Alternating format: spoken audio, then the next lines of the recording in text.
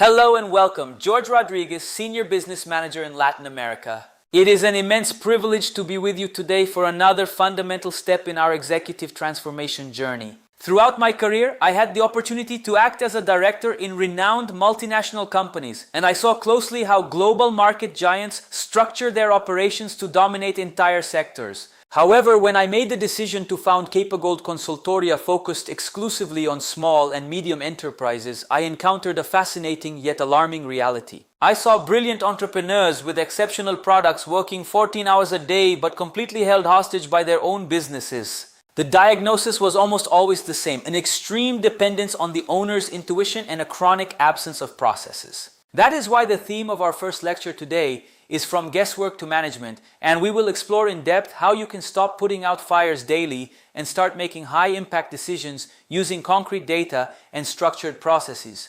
To understand why process-based management is the backbone of any company that wants to scale, we need to go back in time and analyze the roots of modern administration. The history of structured growth took shape at the end of the 19th century in a steel foundry in Philadelphia, when engineer Frederick Winslow Taylor began to observe that each worker performed his task the way he thought best. One operator was highly productive, while the colleague next to him produced half as much, and the difference was not talent, it was purely the method. In 1911, Taylor published The Principles of Scientific Management, proving that where there is no standard, there is invisible waste. Shortly thereafter, Henry Ford studied these concepts and inaugurated the first industrial assembly line, causing the production time of a car to drop from over 12 hours to just 93 minutes. Decades later, in Japan, Taiichi Ono developed the powerful Toyota production system, which taught us the definitive lesson that where there is no standard, there can be no continuous improvement. The great lesson that industrial history brings us is that companies that scale do not depend on exceptional people making heroic efforts every day. They depend on exceptional processes that allow ordinary people to deliver extraordinary and consistent results. Despite all this historical evolution being available, the present scenario in Latin American small and medium enterprises is one of dangerous operational delay. Today, research shows that a staggering 73% of small and medium enterprises face stagnation. And the root cause is almost never the economy or the government, but the fact that these companies operate based on improvisation, intuition, and guesswork. This instinct-based management model has a very high cost, silently eroding between 15 and 25% of your annual revenue through invisible inefficiencies. We identified that companies trapped in this snare suffer from 6 major sources of loss. The first is rework and recurring errors, which consume up to 30% of your team's useful time simply because there is no documented method to follow. The second is what we call the highest paid person effect, where, in the absence of concrete data, the final decision always falls on the intuition of the most senior executive, even if he is completely wrong regarding market changes. Classic cases like Kodak and Nokia show us the disaster of leaders who ignored data trends in favor of their own internal convictions. The third source of loss is the CEO acting as the institutional bottleneck of the company, where absolutely everything needs his approval to move forward, turning the owner into the biggest obstacle to the growth of his own business. The fourth is the meetings that consume the team's energy but produce no results. Meetings without an agenda, without time control, and without named individuals responsible for execution. The fifth is the dangerous storage of critical information only in the heads of the oldest employees, leaving the company totally vulnerable should that talent leave. And the sixth is the complete absence of management rituals, making the company operate in the dark, where the manager only discovers that revenue dropped or cash dried up on the last day of the month. But there is an incredibly promising vision of the future for leaders who decide to break with guesswork and embrace data-driven organizational design. We can look at the benchmarks of world-class organizations and adapt their strategies to our reality.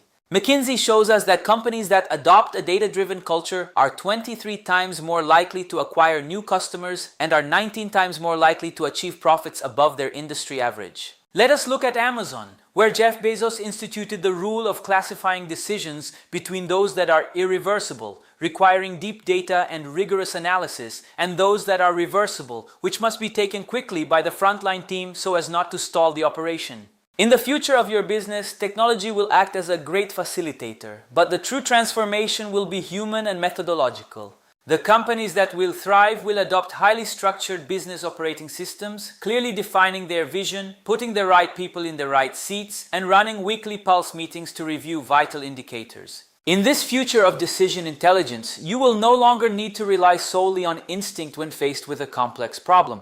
You will use consolidated rational methods, like the Kepner-Trego framework, to clearly separate mandatory criteria from desirable criteria before making a major financial decision, weighing the risks mathematically. You will also learn to use models like the Sinefin framework to understand when a problem is simple and requires only the application of a manual, and when the problem is highly complex, requiring rapid testing and agile prototypes before risking your company's capital. For this efficiency machine to become your reality, a profound and non-negotiable change needs to happen in your routine as a manager and executive. What brought your company here was your talent and your intuition, but what will take it to the next level of revenue and freedom is process engineering.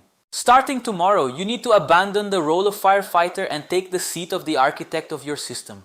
This begins with the resource allocation rule we call 10-20-70. Stop spending fortunes buying magical new software that your team does not use. Invest 10% in the tool, 20% in governance, and 70% in training, culture, and reskilling your team so they know how to interpret the data. In practice, you must implement a relentless 30-day roadmap in your company. In the first week, you will not map all the processes. You will use a simple tool to map only the 3 most critical processes that generate 80% of your results and problems, such as the sales cycle, the onboarding process of new clients, and the delivery flow of your service. In the second week, you will abandon the 50-page reports that no one reads and build a simple control panel with a maximum of 15 essential indicators, with a single person responsible for each goal, signaling in green, yellow, or red the status of the week. In the third week, you will institute the most powerful ritual of modern management, the 45-minute weekly pulse meeting, strictly focused on reviewing this indicator panel and defining actions to unblock the red numbers. And in the fourth week, you will consolidate this routine, ensuring that what is agreed upon becomes reality. When you implement this systematic structure, the results radically change your quality of life and the health of the company.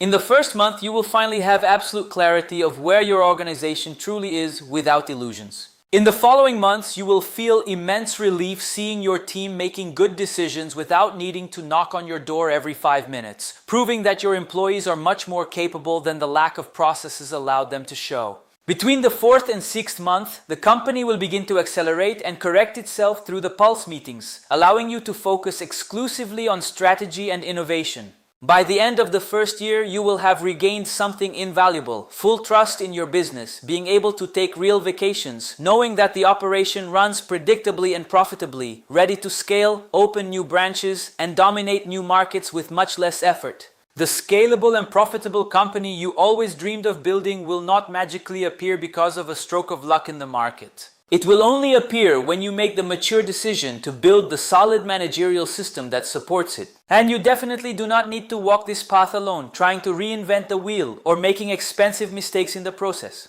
The first practical step to get out of intuitive chaos and into methodical predictability starts with clarity.